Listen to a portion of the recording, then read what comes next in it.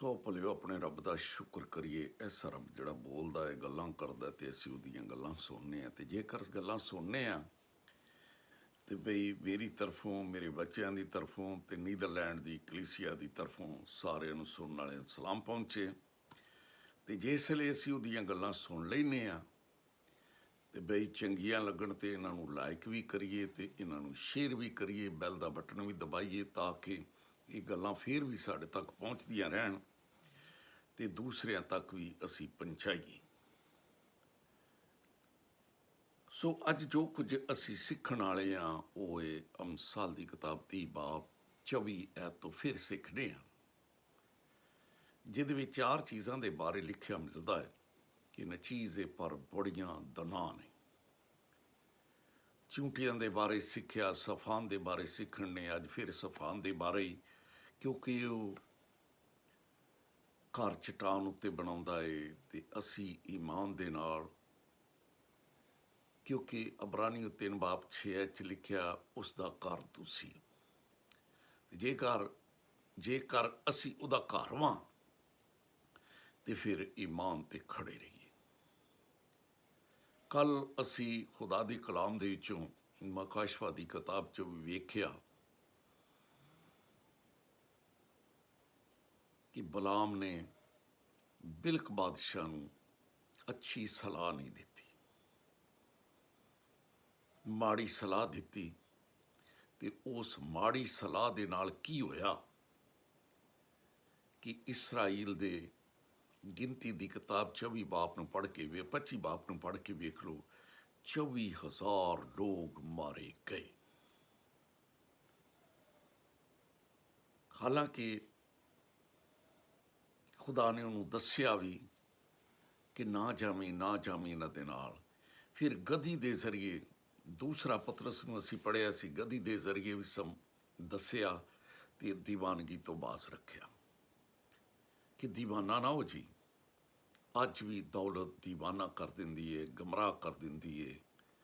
ਅਸੀਂ ਚੰਗੇ ਭਲੇ ਚੱਲਦੇ ਰਾਹੋਂ ਕਰਾਹ ਪੈ ਜਾਂਦੇ ਹਾਂ। ਬਾਈਬਲ 'ਚ ਲਿਖਿਆ ਕੁਝ ਰਾਵਾਂ ਐਸੀਆਂ ਹੈ ਜਿਹੜੀਆਂ ਇਨਸਾਨ ਨੂੰ ਸਿੱਧੀਆਂ ਮਾਲੂਮ ਹੁੰਦੀਆਂ ਹੈ, ਪਰ ਉਹਨਾਂ ਦੀ ਇੰਤਹਾ ਦੇ ਵਿੱਚ ਮੌਤ ਦੀਆਂ ਰਾਵਾਂ ਨੇ। ਤੇ ਇਹ ਉਹ ਨਬੀ ਹੈ ਜਿਹਦੇ ਬਾਰੇ ਖੁਦਾ ਦੀ ਕਲਾਮ ਨੂੰ ਪੜ੍ਹੀਏ ਤੇ ਲਿਖਿਆ ਮਿਲਦਾ ਹੈ, ਪਹਿਲੀ ਪੇਸ਼ਨ ਗੋਈ ਖੁਦਾਵੰਦ ਯਿਸੂ ਮਸੀਹ ਦੇ ਬਾਰੇ ਬਲਾਮ ਨੇ ਕੀਤੀ ਸੀ ਕਿ ਯਾਕੂਬ ਦੇ ਵਿੱਚੋਂ ਇੱਕ ਸਿਤਾਰਾ ਨਿਕਲੇਗਾ। ਤੇ ਦੌਲਤ ਨੇ, ਆਲਾ ਮਰਤਬੇ ਨੇ ਉਹਦੀ ਮੱਤ ਮਾਰ ਦਿੱਤੀ, ਦੀਵਾਨਾ ਕਰ ਦਿੱਤਾ ਤੇ ਈਮਾਨ ਤੋਂ ਹਟ ਗਿਆ। ਤੇ ਲਿਖਿਆ ਏ ਲਾਨਤ ਦੀ ਔਲਾਦ ਦੇ ਵਿੱਚ ਉਹਦਾ ਸ਼ੁਮਾਰ ਹੋਣਾ ਸ਼ੁਰੂ ਹੋ ਗਿਆ। ਅੱਜ ਵੀ ਜੋ ਕੁਝ ਅਸੀਂ ਸਿੱਖਣ ਵਾਲੇ ਆ ਉਹ ਹੈ ਇੱਕ ਐਸਾ ਖੂਬਸੂਰਤ ਜਵਾਨ ਤੇ ਦਾਊਦ ਦਾ ਬੇਟਾ ਹੈ। ਤੇ ਪਹਿਲੋਂ ਅਸੀਂ ਦੇਖਨੇ ਆ ਪੌਲੁਸ ਰਸੂਲ ਦਾ ਖਤ ਗਲਤੀਆਂ ਦੀ ਕਲੀਸਿਆ ਦੇ ਨਾਮ 4 ਬਾਪ ਉਹਦੀ 4 ਐਤ ਤੋਂ ਪੜ੍ਹੀਏ ਤੇ ਲਿਖਿਆ, ਜਦੋਂ ਵਕਤ ਪੂਰਾ ਹੋ ਗਿਆ ਤੇ ਖੁਦਾ ਨੇ ਆਪਣੇ ਪੁੱਤਰ ਨੂੰ ਭੇਜਿਆ ਜਿਹੜਾ ਔਰਤ ਤੋਂ ਪੈਦਾ ਹੋਇਆ ਤੇ ਸ਼ਰੀਅਤ ਦੇ ਮੁਤਾਬਕ ਪੈਦਾ ਹੋਇਆ, ਤਾਂ ਕਿ ਸ਼ਰੀਅਤ ਦੇ ਮਤਹਿਤਾਂ ਨੂੰ ਮੁੱਲ ਲੈ ਕੇ ਛਡਾਵੇ ਤੇ ਉਹਨਾਂ ਨੂੰ ਲਿਪਾਲਕ ਹੋਣ ਦਾ ਦਰਜਾ ਮਿਲ ਜਾਵੇ। ਤੇ 6 'ਚ ਲਿਖਿਆ, ਤੁਸੀਂ ਪੁੱਤਰ ਹੋ ਤੇ ਉਸ ਦੇ ਪੁੱਤਰ ਦਾ ਰੂਹ ਤੁਹਾਡੇ ਦਿਲਾਂ ਦੇ ਵਿੱਚ ਆ ਗਿਆ, ਇਸੇ ਕਰਕੇ ਤੁਸੀਂ ਉਹਨੂੰ ਅੱਬਾ ਯਾਨੀ ਬਾਪ ਕਹਿ ਕੇ ਪੁਕਾਰਦੇ ਹੋ। ਤੇ 7 'ਚ ਲਿਖਿਆ, ਹੁਣ ਤੁਸੀਂ ਗੁਲਾਮ ਨਹੀਂ ਬਲਕਿ ਪੁੱਤਰ ਹੋ। ਹੁਣ ਤੁਸੀਂ ਗੁਲਾਮ ਨਹੀਂ ਗਏ ਬਲਕਿ ਤੁਸੀਂ ਪੁੱਤਰ ਹੋ। ਤੁਸੀਂ ਬੇਟੇ ਹੋ, ਤੁਸੀਂ ਪੁੱਤਰ ਹੋ, ਤੇ ਜਦੋਂ ਬੇਟਾ ਆਏ ਤੇ ਖੁਦਾ ਦੇ ਵਸੀਲੇ ਫਿਰ ਵਾਰਸ ਵੀ। ਭਰਾਓ, ਜੇਕਰ ਅਸੀਂ ਉਹਦੇ ਪੁੱਤਰ ਹਾਂ ਤੇ ਜੇ ਤਾਬੇਦਾਰੀ 'ਚ ਰਹਾਂਗੇ ਤੇ ਫਿਰ ਵਾਰਸ ਵੀ ਅਸੀਂ ਬਣਾਂਗੇ। ਲੇਕਿਨ ਬਾਜ਼ ਦਫਾ ਅਸੀਂ ਅਬੀ ਸਲੂਮ ਦੀ ਤਰ੍ਹਾਂ ਧੱਕੇ ਨਾਲ ਬਾਦਸ਼ਾਹੀਆਂ ਖੋਹਨੇ ਆ, ਧੱਕੇ ਨਾਲ। ਅਬੀ ਸਲੂਮ ਦੇ ਬਾਰੇ ਪਤਾ ਚੱਲਦਾ ਹੈ ਜਿਸ ਵੇਲੇ ਅਸੀਂ 13 ਬਾਪ ਤੋਂ ਪੜ੍ਹਨਾ ਸ਼ੁਰੂ ਕਰੀਏ ਤੇ 18 ਐਤ ਤੱਕ ਦੂਸਰਾ ਸੈਮੂਅਲ दूसरा सैमुअल 13 बाब तो पढ़ते 18 बाब तक जाइए तो अबी सलूम के बारे पता चलता है। 14 बाब ते 25 ऐ दसदी है कि अबी सलूम बहुत खूबसूरत सी सारे इसराइल तो।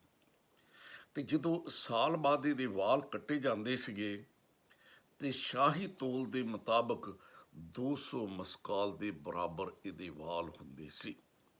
ਇੰਨੇ ਇਹਦੇ ਵਾਲ ਸੀ ਤੇ ਪੈਰਾਂ ਤੋਂ ਲਾ ਕੇ ਸਿਰ ਤੱਕ ਇਹ ਬੇਅਬ ਤੇ ਬੜਾ ਹੀ ਤਾਰੀਫ ਦੇ ਲਾਇਕ ਤੇ ਬਹੁਤ ਹੀ ਖੂਬਸੂਰਤ। ਪਰ 18 ਬਾਪ ਨੂੰ ਜਿਸ ਵੇਲੇ ਪੜ੍ਹਦੇ ਆ ਤੇ ਇਹਨੇ ਫਿਰ ਧੱਕੇ ਨਾਲ ਦਾਊਦ ਦੇ ਕੋਲੋਂ ਬਾਦਸ਼ਾਹਤ ਖੋਣ ਦਾ ਇਰਾਦਾ ਕੀਤਾ। ਆਪਣੇ ਬਾਪ ਦੇ ਕੋਲੋਂ ਤੇ ਦਾਊਦ ਇਹਨੂੰ ਛੱਡ ਕੇ ਮਹੱਲਾਂ ਦੇ ਵਿੱਚ ਤੇ ਨਿਕਲ ਗਿਆ ਏ ਤੇ ਫਿਰ ਦਾਊਦ ਨੂੰ ਮਗਰ ਤੱਕ ਗਿਆ ਏ ਮਾਰਨ। ਦਾਊਦ ਨੂੰ ਮਗਰ ਤੱਕ ਮਾਰਨ ਗਿਆ ਏ ਤੇ ਜਦੋਂ ਮਾਰਨ ਗਿਆ ਏ ਤੇ ਬੜੇ ਹੀ ਇਹਨੇ ਲੋਕ ਆਪਣੇ ਨਾਲ ਕਰ ਲਏ ਨੇ। ਤੇ ਫਿਰ 18 ਬਾਪ ਦੂਸਰਾ ਸੈਮੂਅਲ 18 ਬਾਪ ਉਹਦੀ 8 ਐਤ ਨੂੰ ਪੜ੍ਹਦੇ ਹਾਂ ਕਿ ਉਸ ਇਲਾਕੇ ਦੇ ਵਿੱਚ ਜਿਹੜਾ ਇਫਰਾਈਮ ਦਾ ਇਲਾਕਾ ਸੀ ਤੇ ਜੰਗਲ ਸੀਗਾ ਉਹਦੇ ਵਿੱਚ ਬੜੀ ਲੜਾਈ ਹੋਈ ਤੇ ਉਸ ਲੜਾਈ ਦੇ ਵਿੱਚ ਉਹਨੇ ਲੋਕ ਤਲਵਾਰ ਨਾਲ ਨਹੀਂ ਮਰੇ ਜਿੰਨੇ ਲੋਕ ਜੰਗਲ ਦਾ ਸ਼ਿਕਾਰ ਹੋਏ ਨੇ। ਤੇ ਅਬੀ ਸਲੂਮ ਦਾ ਖੱਚਰ ਵੀ ਬਲੌਦ ਦੇ ਦਰਖਤਾਂ ਦੇ ਵਿੱਚ ਦੀ ਹੋ ਕੇ ਗੁਜ਼ਰਿਆ। ਬੜੀ ਤੇਜ਼ੀ ਦੇ ਨਾਲ ਜਦੋਂ ਭੱਜਿਆ ਏ ਤੇ ਉਹਦਾ ਸਿਰ ਜਿਹੜਾ ਹੈ ਬਲੌਦ ਦੇ ਨਾਲ ਅਟਕ ਗਿਆ ਤੇ ਨਾ ਉਹ ਸਮਾਨ ਦੇ ਉੱਤੇ ਰਿਹਾ ਤੇ ਨਾ ਜ਼ਮੀਨ ਉੱਤੇ, ਬਲਕਿ ਦਰਖਤ ਦੇ ਨਾਲ ਲਟਕਿਆ ਹੋਇਆ ਹੈ ਤੇ ਉਹਦੀਆਂ ਸ਼ਾਖਾਂ ਜਿਹੜੀਆਂ ਨਾ ਉਹਦੇ ਬਦਨ 'ਚ ਚਲੇ ਗਈਆਂ ਨੇ। ਕਿਸੇ ਬੰਦੇ ਨੇ ਵੇਖਿਆ ਤੇ ਯੋਆਬ ਨੂੰ ਆਣ ਕੇ ਦੱਸਿਆ ਕਿ ਅਬੀ ਸਲੂਮ ਬਲੌਦ ਦੇ ਦਰਖਤ ਦੇ ਨਾਲ ਲਟਕਿਆ ਹੋਇਆ ਹੈ ਤੇ ਫਿਰ ਉਹਨਾਂ ਨੇ ਜਾ ਕੇ ਉਹਨੂੰ ਮਾਰ ਦਿੱਤਾ। ਨਾ ਬਾਦਸ਼ਾਹਤ ਰਹੀ ਤੇ ਲਾਲਚ ਨੇ ਤਬਾਹ ਕਰ ਦਿੱਤਾ। ਅੱਜ ਵੀ ਅਸੀਂ ਖੁਦਾ ਨੂੰ ਛੱਡ ਕੇ ਕਈ ਮੌਕੇ ਲਾਲਚਾਂ 'ਚ ਆ ਜਾਂਦੇ, ਰੇਤਾ ਤੇ ਘਰ ਬਣਾ ਲੈਂਦੇ ਹਾਂ।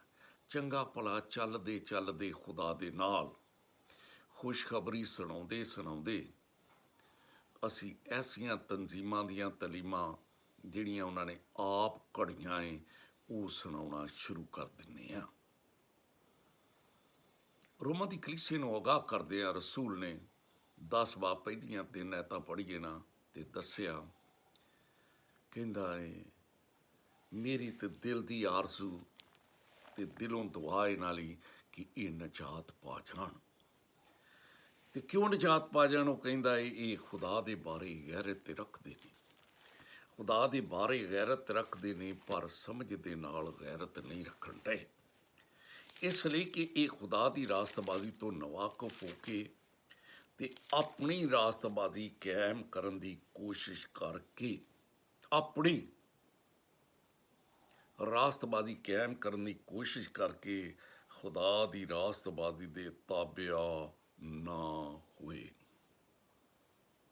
ਸੋ ਭਰਾਓ, ਅੱਜ ਵੀ ਜਿੱਦਾਂ ਅਬੀ ਸਲੂਮ ਨੇ ਏਡਾ ਖੂਬਸੂਰਤ ਅਬੀ ਸਲੂਮ ਪੁੱਤਰ ਹੈ ਉਹਦਾ ਕਿ ਸਾਰੇ ਇਸਰਾਈਲ ਦੇ ਚੋਹ ਜਿਹਾ ਸ਼ਹਜ਼ਾਦਾ ਨਹੀਂ ਤੇ ਧੱਕੇ ਨਾਲ ਬਾਦਸ਼ਾਹੀ ਖੋਈ। ਅੱਜ ਵੀ ਅਸੀਂ ਧੱਕੇ ਨਾਲ ਬਾਦਸ਼ਾਹਤ ਖੋਣਾ ਚਾਹੁੰਦੇ। ਹਾਲਾਂਕਿ ਲਿਖਿਆ ਹੈ ਕਿ ਤੁਸੀਂ ਪੁੱਤਰ ਹੋ ਤੇ ਪੁੱਤਰ ਦੀ ਵਜ੍ਹਾ ਦੇ ਨਾਲ ਤੁਸੀਂ ਵਾਰਸ ਵੀ ਹੋ, ਤੁਹਾਨੂੰ ਵਿਰਾਸਤ ਮਿਲੇਗੀ। ਪਰ ਜਦੋਂ ਅਸੀਂ ਕਲਾਮ ਦੇ ਮੁਖਾਲਫਤ ਕਰਨੇ ਆ, ਕਿਆ ਸਾਨੂੰ ਵਿਰਾਸਤ ਮਿਲੇਗੀ? ਨਹੀਂ। ਯਰਮੀਆ ਨਬੀ ਦਾ ਸਹੀਫਾ 12 ਬਾਬ 7 ਤੇ 8 ਐਤ ਨੂੰ ਪੜ੍ਹੀਏ ਤੇ ਲਿਖਿਆ ਮਿਲਦਾ ਹੈ, ਮੈਂ ਆਪਣੇ ਲੋਕਾਂ ਨੂੰ ਤਰਕ ਕਰ ਦਿੱਤਾ, ਮੈਂ ਆਪਣੀ ਮਿਰਾਸ ਨੂੰ ਰੱਦ ਕਰ ਦਿੱਤਾ, ਮੈਂ ਆਪਣੇ ਦਿਲ ਦੀ ਮਹਿਬੂਬਾ ਨੂੰ ਉਹਦੇ ਦੁਸ਼ਮਣਾਂ ਦੇ ਹਵਾਲੇ ਕਰ ਦਿੱਤਾ। ਮੇਰੀ ਮਿਰਾਸ ਮੇਰੇ ਲਈ ਜੰਗਲੀ ਸ਼ੇਰ ਬਣ ਗਈ, ਮੇਰੀ ਮਿਰਾਸ ਮੇਰੇ ਲਈ ਜੰਗਲੀ ਸ਼ੇਰ ਬਣ ਗਈ ਤੇ ਉਹਨਾਂ ਨੇ ਮੇਰੇ ਖਿਲਾਫ ਆਪਣੀ ਆਵਾਜ਼ ਨੂੰ ਬੁਲੰਦ ਕੀਤਾ ਤੇ ਕਹਿੰਦਾ ਮੈਨੂੰ ਇਹਨਾਂ ਤੋਂ ਨਫ਼ਰਤ ਹੋ ਗਈ। ਯਰਮੀਆ 23 ਬਾਬ 28 ਐਤ ਤੋਂ 36 ਐਤ ਤੱਕ ਪੜ੍ਹਦੇ ਆਏ ਜਾਈਏ ਨਾ ਤੇ ਬਾਈਬਲ ਦੱਸਦੀ ਏ ਜਿਸ ਨਬੀ ਕੋ ख्वाब है उते ख्वाब दसे ते जिद को मेरा कलाम है मेरे कलाम ਨੂੰ ਦਿਆਨਤਦਾਰੀ ਨਾਲ ਸੁਣਾਵੇ। ਦਿਆਨਤਦਾਰੀ ਦੀ ਬਜਾਏ ਅਸੀਂ ਬਦਦਿਆਨਤੀ ਕਰਕੇ ਤੇ ਇਹ 'ਚੋਂ ਗੱਲਾਂ ਚੁਰਾਉਂਦੇ ਹਾਂ ਤੇ ਚੋਰ ਬਣਨੇ ਆ ਤੇ ਆਪਣੀਆਂ ਦੱਸਨੇ ਆ। ਤੇ ਚੌਥੀ ਐਤ ਦੇ ਵਿੱਚ ਫਿਰ ਖੁਦਾ ਕਹਿੰਦਾ ਹੈ ਮੈਂ ਤੇਰੇ ਘਰਾਣੇ ਕੋ ਵੀ ਬਦਲਾ ਲੈਣਾ ਹੈ। ਤੇ 36 ਐਤ 'ਚ ਕਹਿੰਦਾ ਹੈ ਤੇਰੀਆਂ ਗੱਲਾਂ ਤੇਰੇ ਤੇ ਭਾਰ ਹੋਣੀਆਂ ਨੇ ਕਿਉਂਕਿ ਤੂੰ ਰੱਬ ਦੇ ਕਲਾਮ ਨੂੰ ਵਿਗਾੜਿਆ ਹੈ। ਉਹ ਭਰਾਓ ਅਸੀਂ ਰੱਬ ਦੇ ਕਲਾਮ ਨੂੰ ਨਾ ਵਿਗਾੜੀਏ। ਜਿਸ ਤਰ੍ਹਾਂ ਕਲਾਮ ਹੈਗਾ, ਜਿਸ ਤਰ੍ਹਾਂ ਲੂਕਾ ਦੀ ਇੰਜੀਲ ਪਹਿਲਾ ਬਾਬ ਤੇ ਪਹਿਲੀ ਐਤ ਨੂੰ ਪੜ੍ਹੀਏ ਤੇ ਲਿਖਿਆ ਹੁਣ ਬਹੁਤਿਆਂ ਨੇ ਕਮਰ ਬੰਨ੍ਹ ਲਈਏ ਕਿ ਜਿਸ ਤਰ੍ਹਾਂ ਤਰਤੀਬਵਾਰ ਕਲਾਮ ਲਿਖਿਆ ਏ ਉਸੇ ਤਰ੍ਹਾਂ ਹੀ ਬਿਆਨ ਕਰੀਏ। ਆਓ ਇਹਨੂੰ ਤਰਤੀਬਵਾਰ ਬਿਆਨ ਕਰੀਏ। ਜੇਕਰ ਪੁੱਤਰ ਏ ਤੇ ਫਿਰ ਮਿਰਾਸ ਦੇ ਹਿੱਸੇਦਾਰ ਹੋਵਾਂਗੇ, ਵਰਨਾ ਧੱਕੇ ਨਾਲ ਬਾਦਸ਼ਾਹਤ ਲੈਣਾ ਚਾਹੁੰਦੇ ਆ, ਆਪਣੀ ਬਾਦਸ਼ਾਹੀ ਕਾਇਮ ਕਰਨ ਦੀ ਕੋਸ਼ਿਸ਼ ਕਰਨਾ ਚਾਹੁੰਦੇ ਆ ਤੇ ਖੁਦਾ ਦੀ ਰਾਸਤਬਾਜ਼ੀ ਤੋਂ ਨਵਾਕਫ ਹੁੰਦੇ ਆ ਤੇ ਆਪਣੇ ਆਪਣੇ ਕਾਇਦੇ ਕਾਨੂੰਨ ਚਲਾਉਂਦੇ ਆ ਤੇ ਖੁਦਾ ਚੰਗਾ ਨਹੀਂ ਉਹ ਸਮਝਦਾ। ਤੇ ਇਮਾਨ ਤੋਂ ਗਮਰਾਹ ਨਾ ਹੋਈਏ, ਖੁਦਾ ਦੇ ਮਗਰ ਲੱਗੀਏ, ਖੁਦਾ ਨਾਲ ਮਿਲ ਕੇ ਕੰਮ ਕਰੀਏ। ਕਿਉਂਕਿ ਪਹਿਲਾ ਕਰੰਥੀਓਂ ਜਿਸ ਵੇਲੇ ਅਸੀਂ 3 ਬਾਬ ਤੇ 9 ਐਤ ਨੂੰ ਪੜ੍ਹਦੇ ਹਾਂ, ਰਸੂਲ ਕਹਿੰਦਾ ਅਸੀਂ ਖੁਦਾ ਦੇ ਨਾਲ ਉਹ ਅਸੀਂ ਭੱਜ ਭੱਜ ਕੇ ਭਰਾਓ ਝੂਠੇ ਅੰਬੋਆਂ ਗਰੋਹਾਂ ਡਿਨਾਮੀਨੇਸ਼ਨਾਂ ਟੋਲਿਆਂ ਨਾਲ ਮਿਲਣੇ ਆ, ਖੁਦਾ ਨਾਲ ਮਿਲ ਜੀਏ। ਪਹਿਲਾ ਕਰੰਥੀਓ 3 ਬਾਬ ਉਹਦੀ 9 ਐਤ 'ਚ ਲਿਖਿਆ ਏ ਅਸੀਂ ਖੁਦਾ ਦੇ ਨਾਲ ਮਿਲ ਕੇ ਕੰਮ ਕਰਨ ਵਾਲੇ ਆ। ਤੁਸੀਂ ਕਹਿੰਦਾ ਖੁਦਾ ਦੀ ਖੇਤੀ ਤੇ ਇਮਾਰਤ ਹੋ ਤੇ ਆਓ ਉਹਦੀ ਖੇਤੀ 'ਚ ਕੰਮ ਕਰੀਏ। ਦੁਨੀਆ ਉਹਦੀ ਖੇਤੀ ਏ, ਇਮਾਰਤ ਏ ਤੇ ਉਹਦੇ ਨਾਲ ਮਿਲ ਕੇ ਕੰਮ ਕਰੀਏ। ਸੋ ਖੁਦਾ ਤੈਨੂੰ ਸੁਣਨ ਵਾਲਿਆਂ ਨੂੰ ਬਰਕਤ ਦੇਵੇ। ਬਈ ਕਲਾਮ ਨੂੰ ਲਾਈਕ ਵੀ ਕਰਿਓ, ਕਲਾਮ ਨੂੰ ਸ਼ੇਅਰ ਵੀ ਕਰਿਓ, ਬੈਲ ਦਾ ਬਟਨ ਵੀ ਦਬਾਇਓ ਤਾਂ ਕਿ ਖੁਦਾਵੰਦ ਦਾ ਕਲਾਮ ਤੁਹਾਡੇ ਤੱਕ ਪਹੁੰਚਦਾ ਰਹੇ। ਖੁਦਾ ਤੈਨੂੰ ਬਰਕਤ ਦੇਵੇ।